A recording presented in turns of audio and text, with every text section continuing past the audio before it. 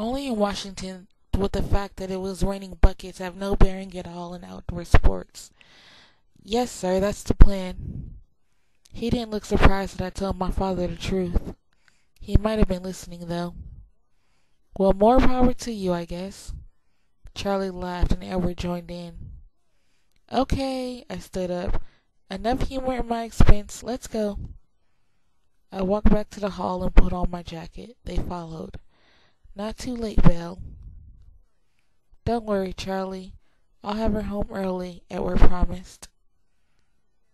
You take care of my girl, all right? I groaned, but they ignored me. She'll be safe with me, I promise, sir. Charlie couldn't doubt Edward's sincerity. It rang in every word. I stalked out. They both laughed, and Edward followed me. I stopped dead on the porch. There, behind my truck, was a monster Jeep. Its tires were higher than my waist.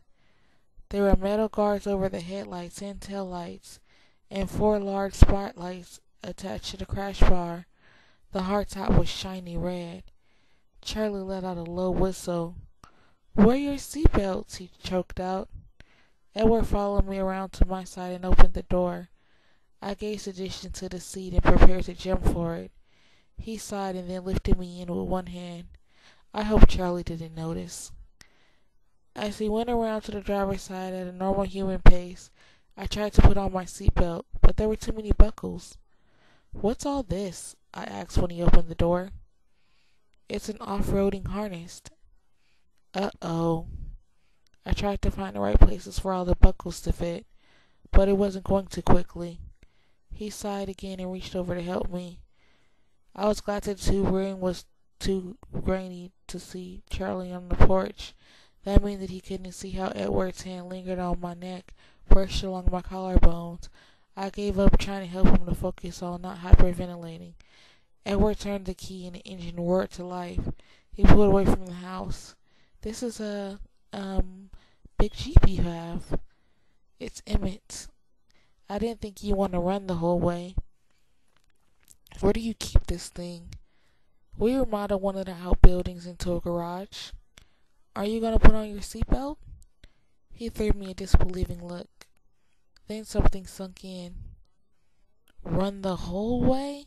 As in, we're still going to run part of the way? My voice edged up a few octaves. He grinned tightly. You're not going to run. I'm going to be sick. Keep your eyes closed, you'll be fine. I bit my lip, fighting the panic. He leaned over to kiss the top of my head and then groaned. I looked at him puzzled. You smell so good in the rain, he explained. In a good way or in a bad way? I asked cautiously. He sighed. Both. Always both. I don't know how he found his way into the gloom and downpour, but he somehow found a side road that was less of a road and more of a mountain path. For a long while conversation was impossible, because I was bouncing up and down on the seat like a jackhammer. He seemed to enjoy the ride, though, smiling hugely the whole way. And then we came to the end of the road. The trees formed green walls on 3 sides of the Jeep. The rain was a mere drizzle, slowing every second, the sky brighter through the clouds. Sorry, Bella. We have to go on foot from here. You know what? I'll just wait here. What happened to all your courage? You were extraordinary this morning. I haven't forgotten the last time yet. Could it have been only yesterday? He was around to my side in a blur. He started unbuckling me. I'll get those. You go on ahead, I protested.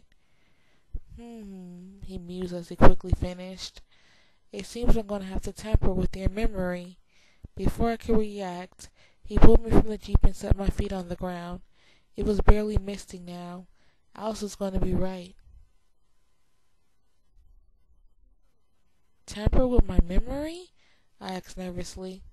Something like that. He was watching me intently, carefully, but there was humor deep in his eyes.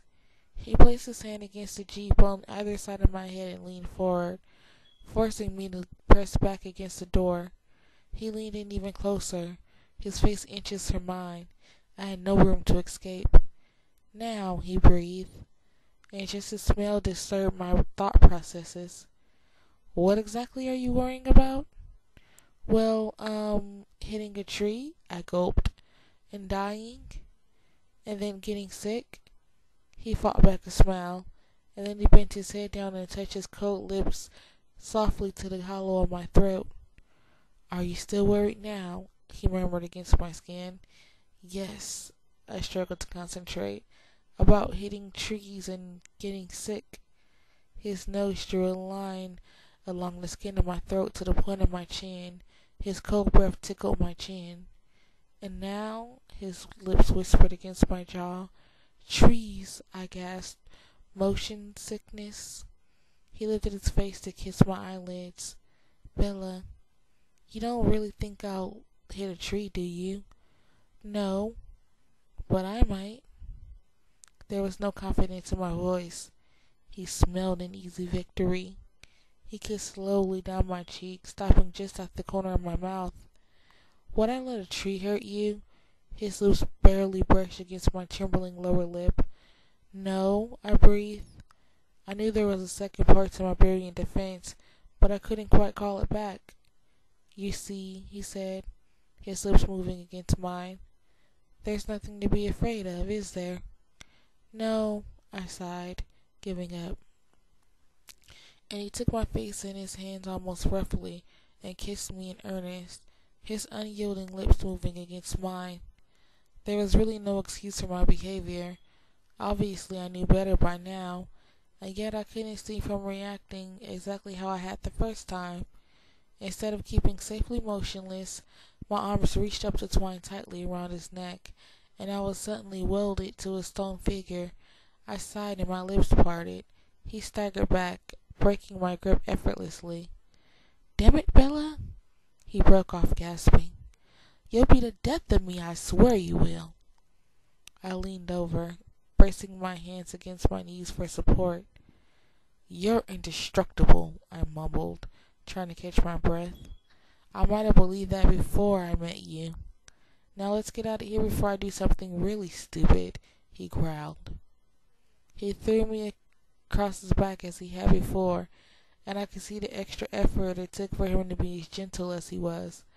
I locked my legs around his waist and secured my arms in a chokehold around his neck.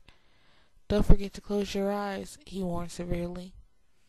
I quickly tucked my face into his shoulder blade under my own arm and squeezed my eyes shut. And I can hardly tell we were moving. I could feel him gliding along beneath me, but he could have been strolling down the sidewalk. The movement was so smooth. I was tempted to peek, just to see if he was really flying through the forest like before, but I resisted. It wasn't worth that awful dizziness. I contented myself with listening to his breath come and go evenly. I wasn't quite sure we had stopped until he reached back and touched my hair.